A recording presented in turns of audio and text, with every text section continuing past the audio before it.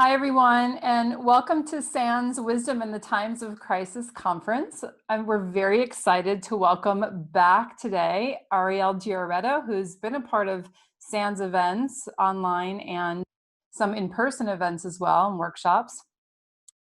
And Ariel, I would love to be able to introduce you properly. You're a body-oriented psychotherapist, trauma specialist, and a somatic sex educator.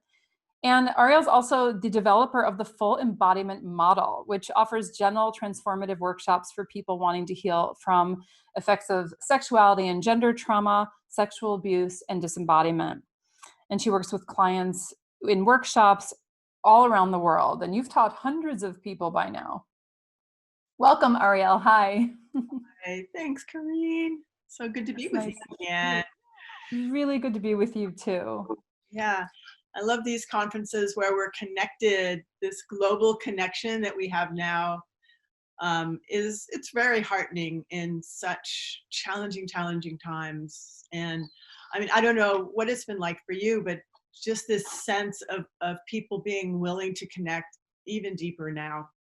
And using this weird Zoom online model, which I think so many of us have been, kind of prickly about, are finding these new creative ways of socially engaging. So here we are doing it. Um, Yeah.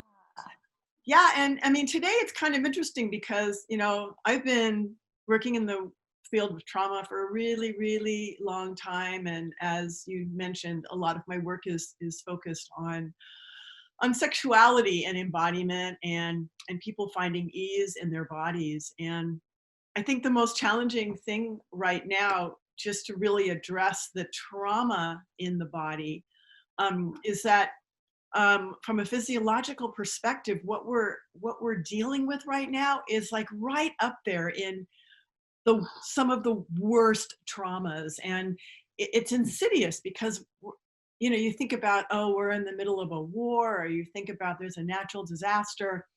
But what's really challenging about this particular traumatic moment in our present day is that you can't see it. You can't even orient to it. You don't know where it is. It's molecular, right? And that is profoundly disruptive to a nervous system. Um, and especially when you grow up, if any of us grow up with the slightest amount of uncertainty, what this does is trigger uncertainty with a capital U. So we're talking about any situation where any of us grew up with not enough food, right, is going to bring up that sense of it's already happening with toilet paper. Is there going to be enough toilet paper? Is there going to be enough handy wipes? I mean, it's interesting to see the reactions that people have had, and it's going to stir up intergenerational trauma. I mean, I would think that in Europe, what you'll be seeing is everybody's World War II traumas come roaring back up. This sense of a threat that's there, and yet you actually can't move towards it. You can't move away from it. And so what I've been doing with a lot of my clients, and most of my clients now, they're not working so much on their sexuality. They're mostly just trying to work on staying relatively grounded in this time. So when you think about what do we need, what do we need in order to survive this? And it's interesting, isn't it? Because it's changing so rapidly. It seems like every week something new comes up, something new in the news, something new in the country, something new with our leaders, something new, even in our communities. And what is so challenging is this sense of uncertainty. And so what my work does a lot, what Somatic Experiencing does is, in particular, is what's the antidote to what we're dealing with right now? And the antidote to uncertainty is certainty. And it sounds almost a little bit too simplistic, but the only thing that I have, that we have, that I've been working with people is, how do I begin to notice and orient to something that is certain at this moment? So we can do a little exercise together, and I imagine that many of the big speakers and the trauma specialists are doing something similar. So this is nothing new, but what I need to do in this time, when I'm so afraid perhaps of going outside, I'm afraid of touching something, I'm afraid of getting close to people, I'm afraid that I'm not going to get enough food, is to be able to hear right now, just come into something that's reliable, something solid. And I invite you and the audience to do this, because it really makes a big difference. So what is solid? Something that I'm sitting on right now. I can rely on this. Yeah, exactly. You can move your body around and go, yeah, it's there. It's so simple. And yet my body goes, thank you for telling me where I am right now. I don't know where I am. And then there's just feeling the security of my back against the cushions or the pillow. There's self-touch, being able to connect into my body. Right now I'm squeezing my thighs, I'm squeezing my knees. I'm really like just grabbing on. It's like there's something solid in my body right now. I can, if I'm gratefully privileged to be able-bodied, so I know, yes, these legs can take me places if I need to. I've also got the connection to the strength and the muscles and the bones of my arms. This is certain right now. I can count on this. And I notice, even as I say that, I take a deep breath, right? My nervous system is going, thank you. Almost at the same time. I know, isn't it great? And again, here we are, thousands and thousands of kilometers away, but in the resonance.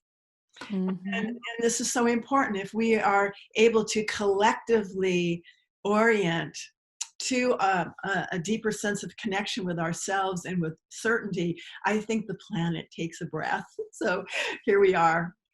Here we are, an example of that. Yeah. Just today, I found myself, I went outside, I put my bare feet in the grass, and then I was overcome with this impulse to lay down as if my belly touching earth. Nice. Yeah, and it was really this feeling that you just described, feeling my body against something solid and feeling so fully supported by earth. Right. Yeah. Just held there.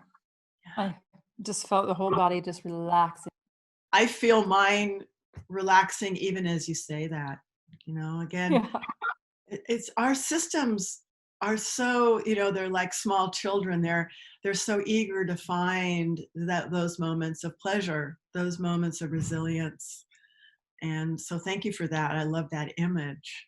Yeah. Yeah. I was going to say, because you mentioned, that people are really connecting. They're reaching out and they're connecting in ways that, maybe they had never done before in this online form. Or I find that people are often organizing themselves in these new ways too. And it really speaks as well to some of the ways in which that we're wired to be in community and to find that regulation, that co-regulation with others, isn't it? And one of the things that's interesting about touch and just some of the very, as you said, simple and yet profound ways of coming back in the body is that these belong to us, right? These tools. They're part of maybe a natural way of being that sometimes we just don't realize is just part of being in this body, and that we always have access to these. Well said. No, it's true. And really all we need is a gentle reminder sometimes, because we are so outwardly focused, right? And I think that some of this being stuck at home is helping, obviously not everybody, but I think it is in inviting people to come more home to themselves. Maybe it's not even something they're choosing to do because they're in isolation. But I'm certainly hearing amazing things happening with people having more time and quiet time. I think it's no surprise, and it's not even new news that how the planet is reacting to people being inside, right?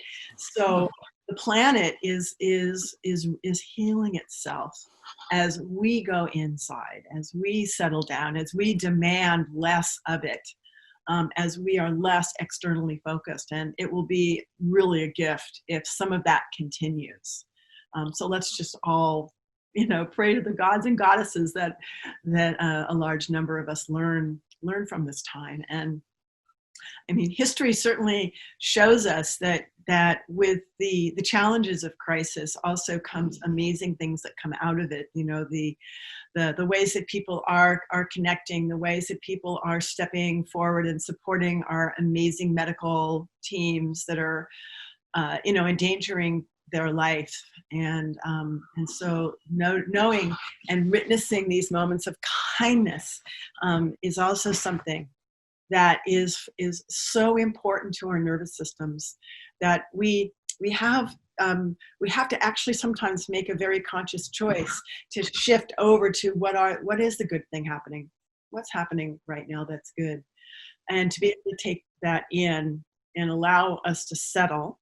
And again, just talking about physiology, that if my system is in a high state of alert, and as I said, this inability to orient to and identify and even respond to this threat other than going into immobility, which again is the opposite of how we're designed, is to be able to then find new ways of mobilizing, because it's almost like it's a freeze response that we're having to be in.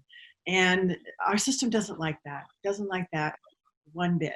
Seems to me that the freeze is actually what keeps us from really innately connecting innately to those resources that we innately have, is what I was trying to say. The ability to move and to respond and to hum and to sway, or to do all of these self-regulating things that our organism knows what to do, but that in the freeze we feel immobilized and we don't remember what resources we have access to. That's right. And we're in these high levels of arousal, our prefrontal cortex just really goes offline. And so then we have an inability to actually make intelligent choices. And that's when you see so many people reacting in really kind of crazy and insane ways. Is in that activation, the brain just goes offline. So these little tiny exercises that we did just now, it's so simple, right? Just really like 15, 20 seconds of being able to take in something that is solid and reliable, that's nurturing, settles our nervous systems enough that we can now think more cogently, more creatively, intelligently. And as I mentioned, and coming in is, well, we're in these phases, and again, it seems like each phase, we're in a new phase right now, aren't we, as we go from the initial shock of this, which I think many of us were kind of in a daze. Like, it took a while, at least for me, for it to settle in how serious it was. And then I just got hit with this, profound sense of anxiety, which I don't really feel was so much that was mine. I think I was, again, picking up on the anxiety and the unknown of the planet. And as I was sitting with my own anxiety, I always use myself as a medical experiment, trying to really sense, well, what are the things that my system needs in order to survive this? And I realized that again, not only can we not orient to this particular danger, is that there's no end in sight. And we have this anticipatory fear, this anticipatory grief, and that is really activating to people. It's like, well, what if? Well, what if? Well, what if I get sick? Well, what if my partner gets sick? Well, what if my mother dies? Well, what if my whole town shuts down? Well, what if, what if, what if? And, again, from the somatic experiencing model, we know that it really helps when we know, it's over. There is no it's over. And we don't even know when the it's over is going to happen. And so, this staying revved up is to, what do I need to do in order to prepare for something that I don't even know if it's going to hit me or not? Yeah. And so I've been playing with that. I've been playing with that with my clients, and I've been doing more of these webinars for the SE community. And, so to discover there's a couple different ways of managing this. One is what we just did, which is to be able to just for a moment orient to something that is reliable, something that's certain. Yeah. The second is to actually spend time, and this is a very somatic experiencing thing, is to really spend time with the anxiety, with the fear, really just dropping into it, just resting in it. And, we can all do that right now. I know I'm kind of running anxiety a lot of the time, even just giving this talk, I have anxiety. And so let's just do that for a moment. Let's just also, those of us that are comfortable going into our bodies, see if you can find where some of this fear, this uncertainty, this anxiety, where it lives in you.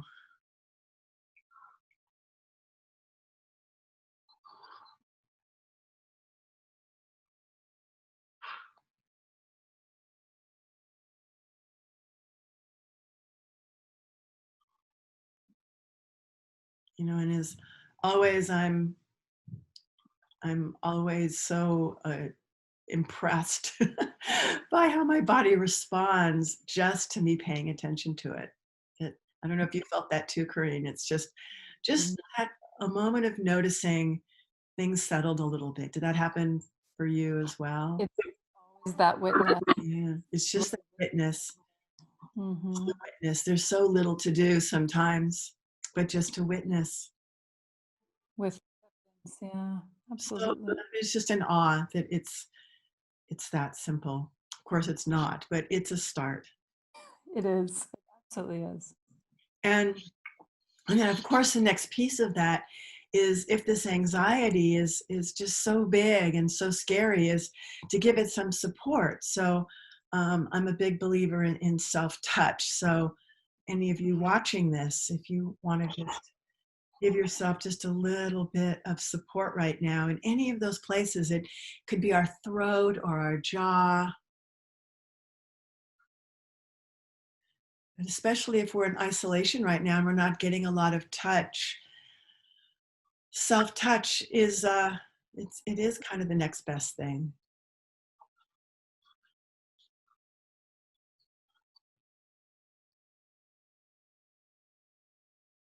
And again, just being able to notice the effect that just this little tender moment that you're giving yourself, what's the effect that it has on your system. And are you able just to quiet your thoughts long enough just to be with the warmth of your hand, the security that the hand offers, protection that the hand offers.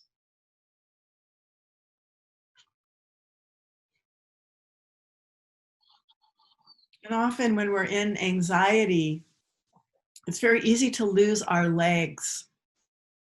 So let's just for a moment come into the legs a bit. Our legs are obviously what will take us away from danger. And if you're having a hard time feeling your legs, you can wiggle your toes very gently. You can rotate your ankles a little bit. You can rock your pelvic area a little bit just to awaken. It's almost like you're saying to your legs, it's okay. You can come online.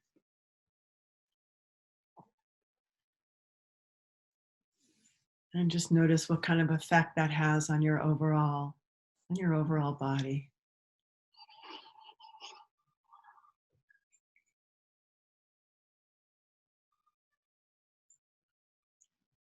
So yeah. I like that with legs. I think that's important. Helping to bring some mobilization into mobilization, isn't That's right. Yeah, yeah. I think we forget. I know I forget about my legs sometimes. A lot of my life, a lot of many people's lives is it's kind of up here, you know. Um, so again, just these simple exercises of just finding our legs and coming back into them. And then I just have, a couple more things, but one of the ways to quiet this anticipatory is actually, it's quite, gosh, what is the word? Practical, which is the what ifs. What if I get sick? What if my partner gets sick? What if I die? What if my partner dies? What if my mother dies? Yeah. And it actually is extremely useful to rehearse solutions. it? Mm-hmm. Mm-hmm. It's easy to get caught in the loop of the unknown, the what ifs, the what ifs, the what ifs. But if I can just take a moment and say, well, what if I get sick? So, and I did that with myself. I did that with my partner. We sat down and we said, what are we going to do? Where's our plan?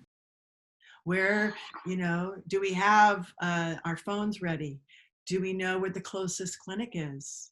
I realized I didn't have a lot of first aid supplies.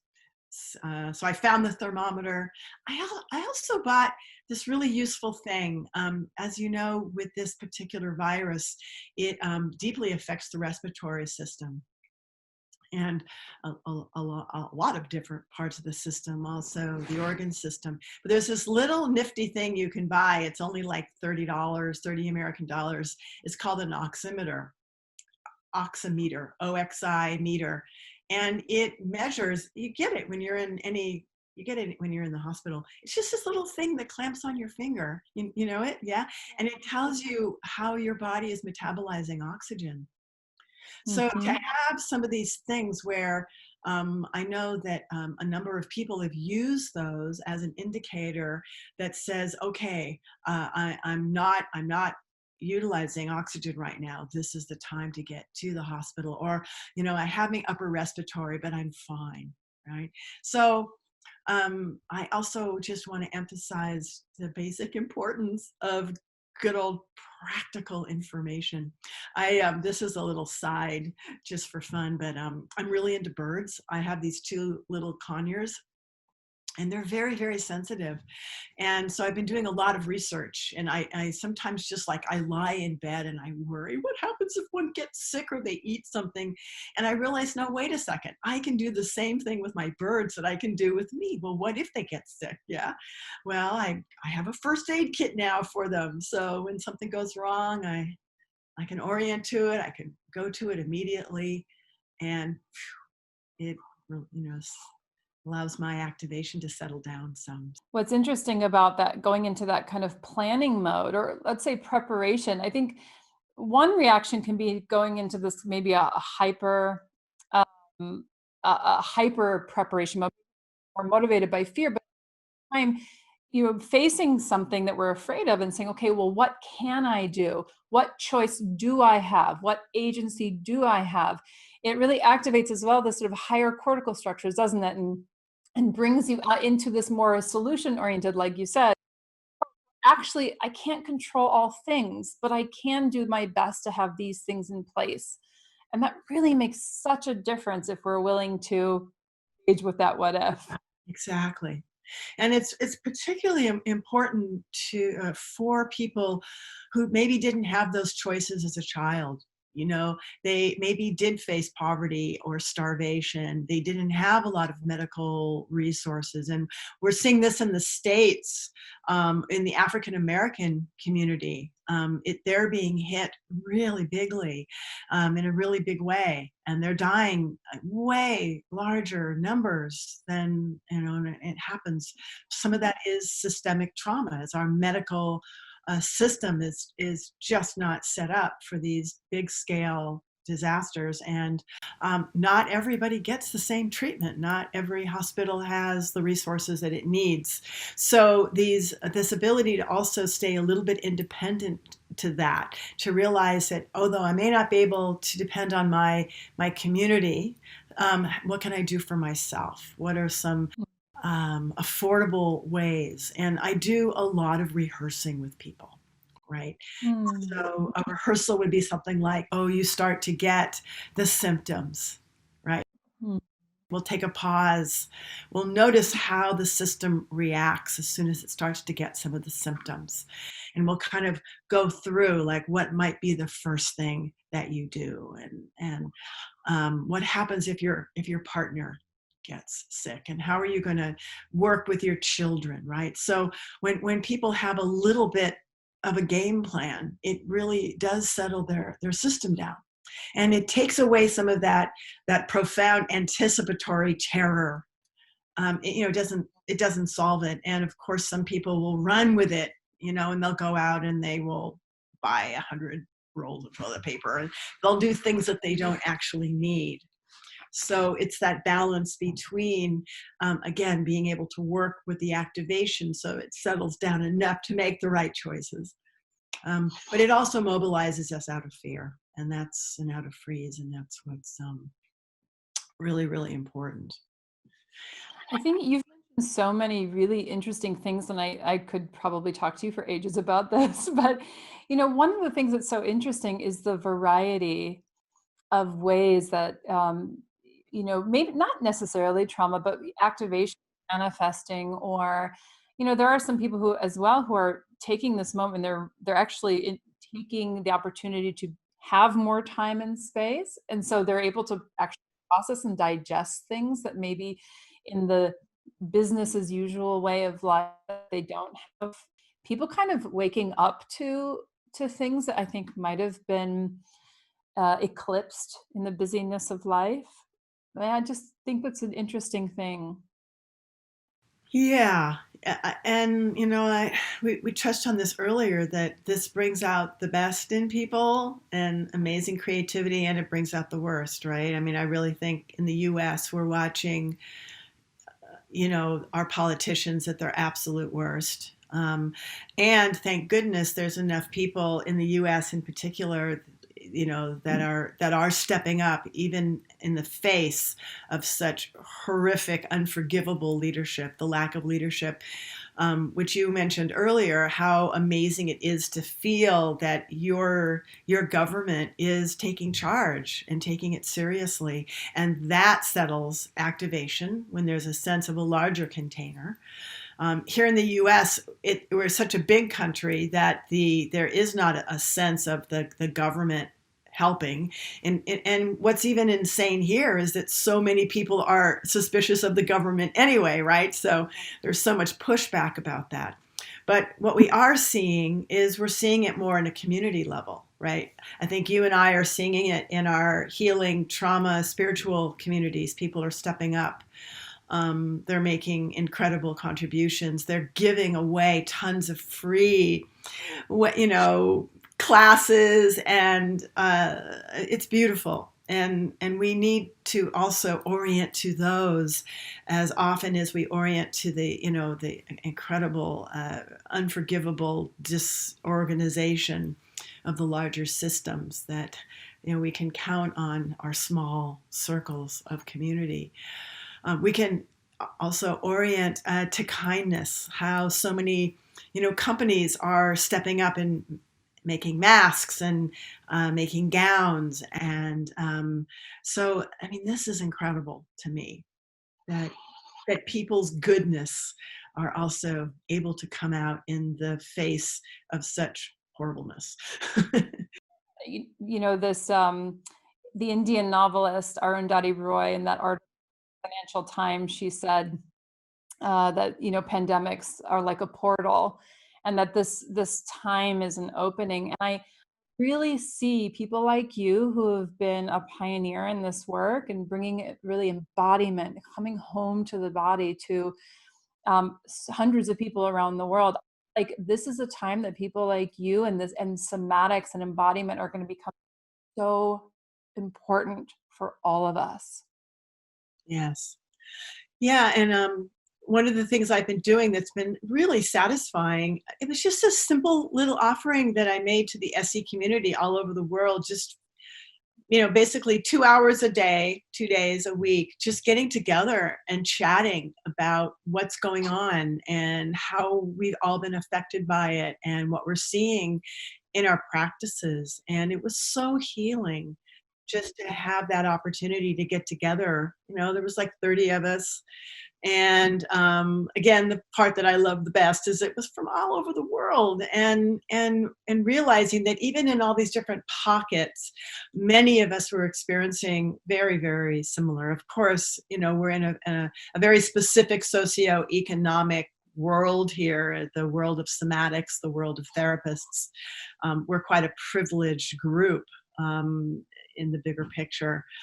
But mostly what was buoying us, even with as much overwhelming activation as many of us was holding, we were so buoyed by our connectedness and by these little simple exercises that we were doing. I mean, I started the group out with this kind of a certainty exercise every time.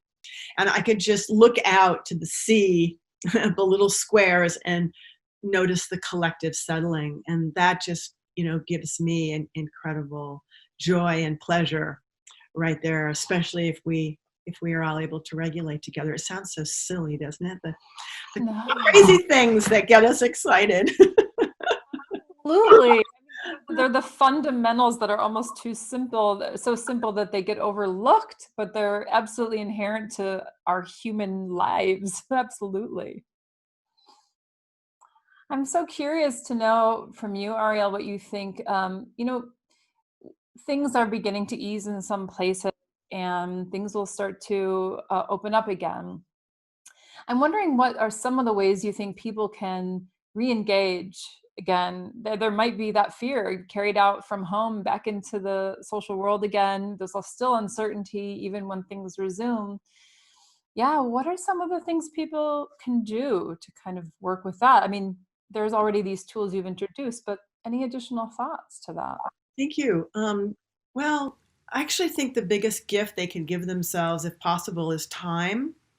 I mean, we've been isolated, and it's like that old those stories that we hear of a bear, in a cage, pacing back and forth. They take the cage off, and the bear still paces back and forth. It's, I think we all have a teeny weeny bit of Stockholm syndrome, where there's going to be. I mean, I feel it in myself. It's like I go outside right now. How many tens of thousands of times have I gone outside, on alert, like, where's the neighbor? I better cover up, The idea of going to a restaurant it just seems like it's so unfathomable, which is ridiculous. But of course, over time, all of us will take a few more risks. We're going to go out there. We're going to come back. We're going to reorient. Did I get sick? No, I don't think so. I think I'm fine. I don't have a fever. And we're going to take so titration, I guess, would be the answer. Just do things slowly, reorient, assess how, and keep connecting in with yourself.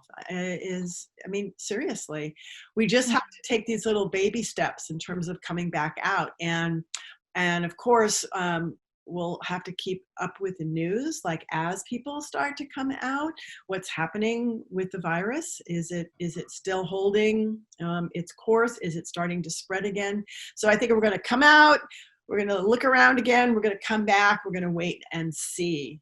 I think the thing that people have to be careful of is to not just bowl right back out again and try to do everything that they have always done as if things are normal. I don't think things are going to be normal for a long time. And so I think we have to take very, very careful steps. And I mean, and again, this virus seems to be hitting people differently. Maybe if you're in one of those populations where you're at low risk, you can take more risks than those of us that are older. and just to assess kind of on a day-to-day basis what feels both safe but also doesn't feel like you're being a little too tentative. Yeah. Yeah, that feels a little bit important too, right? That we don't we have to be able to kind of play with that line. Where can we go out a little bit more, take a little bit more risk, and also give ourselves permission to come back and feel our feet on the ground and find safety again. But to keep coming back out again feels important as well. That's right. And I think we are in a very, like I said, we're in a very privileged population. I can keep working online. My income really hasn't suffered. It's been very, very lucky with that. Obviously, there will be more of an impulse to want to move back out. If I had 6 kids to feed, I would be throwing myself back out there. So everybody's got to take the risks that they're able and willing to take, and see what happens. We're in the process right now with the SE Institute trying to figure out how to make the trainings online, and it's both a kind of a fun creative process, but it's also like, how can we make this touchy feely, yummy, socially engaged work into something like this? Well, we'll see. It's an experiment. So It's very interesting with resonant fields and all these things that are so fundamental to that learning process and being with someone.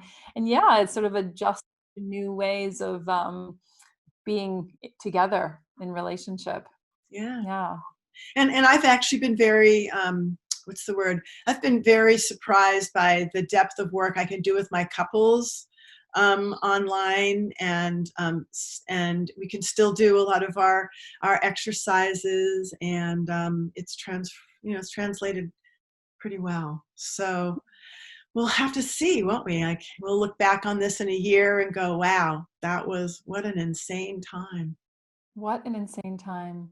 Yeah, I just want to emphasize last thing you said, and I know that you do a lot in your work, and that's touch for people, because I think that there are a lot of people who are on their own, or even when they're in relationships, sometimes they don't necessarily realize the extent to which they're missing the touch they get in their everyday life and how important it is for them. And to have that little bit of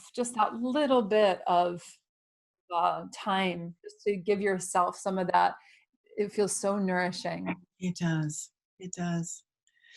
Yeah. And, again, as someone who works with the sexual trauma field, that sadly isn't always nourishing, right? So, having to work very individually with people who don't have that comfort and ease with self-touch, and having to find other ways. You've heard me talk about this before. Something like just a pet can make such a difference, right? Yeah, So we'll find our touch, or the sun, right? Maybe yeah. just feeling the sun on our skin, or a cool breeze, or the ocean, or water. So being able to find that touch nourishment, even if it can't come from a person, including ourselves. So it's, Mhm. we're required to find some new and unusual ways of finding that kind of satisfaction. So, but thanks for that reminder. Yeah. Thank you for elaborating on that. I think that's beautiful and also important to include that about self-touch not always feeling okay. That's great to hear, I think, for people who know that experience. Oh, Ariel, I just feel like there were probably a million threads in just this time we spent together that I would love to explore with you. Really so rich and so beautiful. I'm wondering if what you would like to leave people with. I would say, to be gentle on yourselves. Take moments to realize that this is really, really big. If you're experiencing, emotions and sensations and uh, unpredictable behavior, that it's normal, and it's invisible, right? These impacts are invisible. So these moments of coming into the self, 10, 15 seconds, like luxuriate with a minute, but just checking in and almost like reassuring yourself. It's like, hey, body, these are weird and phenomenal times. You're not making it up. And until we're out of this, I think there's going to be an incredible amount of unprocessed activation. So be kind to yourself, be kind to others, and wash your hands. Right. Said two things that I also think are beautifully said and very important. You spoke to the importance of normalizing reactions, of validating people's reactions, and also, saying these are things that are often outside of our control. I mean, automatic responses, and that's important, I think, for people here too. That's right. Very important to normalize. And I think that's why the understanding of the physiological responses is so important. Absolutely. Thank you, Peter Levine, and all those, phenomenal researchers that came before us that realized, our nervous systems are important to consider. And also how our the state of our nervous system, as we know from polyvagal theory, impacts the state of our mind. And it's remarkable when you practice with that, when you start to notice your bodily state and how it shapes your feeling state and your perspective, what you're actually able to take in from the world around you. And that's a beautiful thing. Yeah, everything changes. It's true. So that would be the other thing I would tell people is stop and take in the beauty. It's spring, at least in this hemisphere. I hope that it is bursting with life.